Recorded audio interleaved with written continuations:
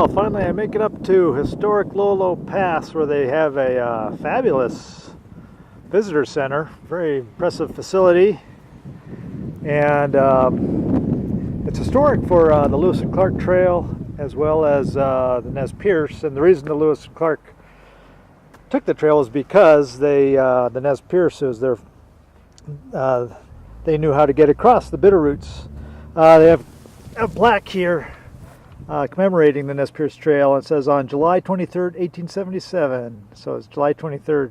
For me, it's now at June 20, what is it? June 25th.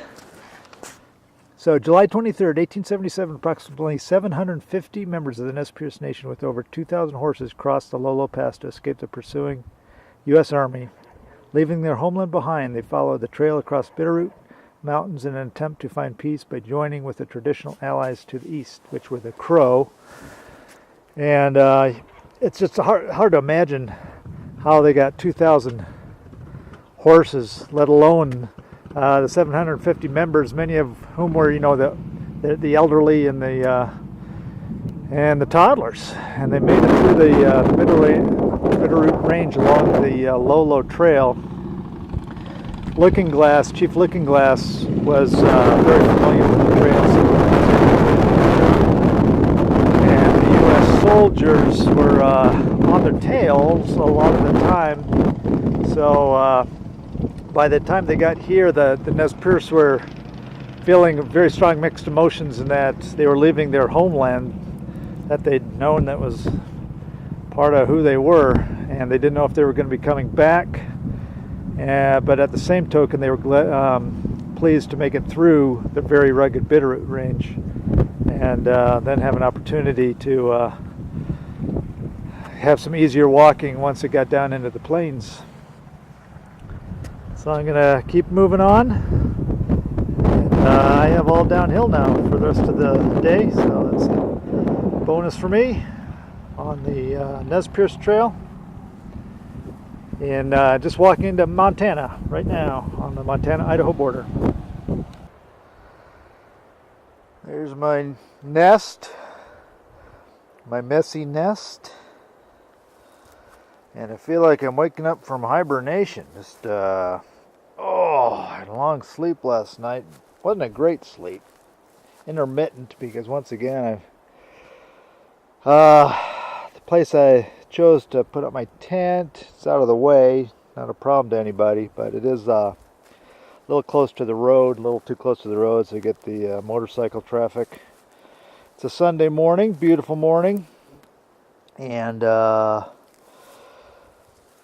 last night came off a Lolo Pass, and this is kind of interesting.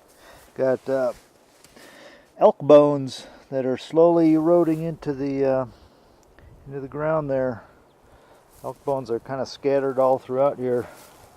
But yeah, I came off the Lolo Pass, and I'm going to be going to Fort Fizzle is the next historic location, and that's where the soldiers, guided by Colonel Gibbons, were hoping to meet the Nez Perce on, but the Nez Perce were quite clever in that they talked to the local settlers and made an agreement that they would not, that the Nez Perce would not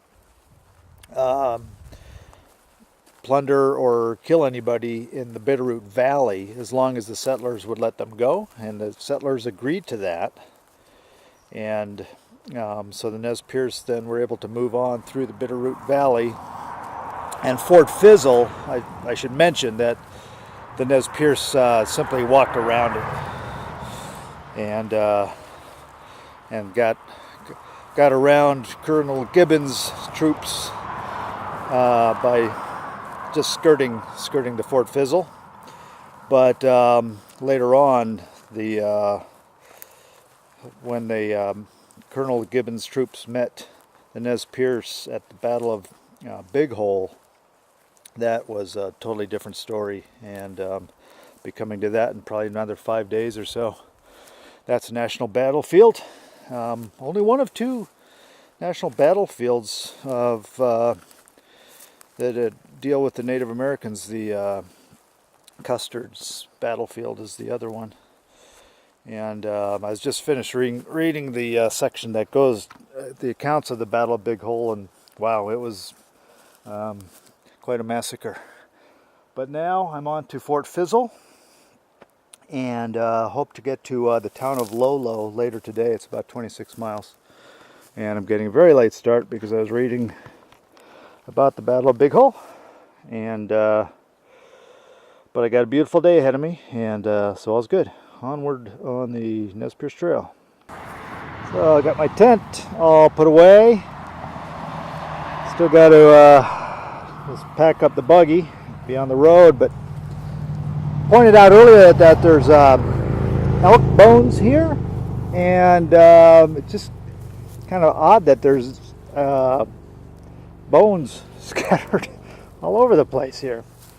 And if I had to venture a guess, I don't know if it's where they bring roadkill, because the road's right over there, and I saw elk last night, and maybe when an elk gets hit they bring it up here, but this right here is from a beaver, and I've never seen a beaver skull before. It's definitely picked clean, bleached, and just never seen one before. At first I thought it might be a some kind of cat, a bobcat, but obviously on closer inspection it's got those two teeth in front that just give it away.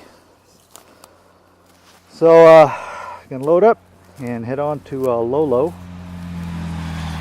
and a bit before that, Fort Fizzle on the Nez Perce Trail.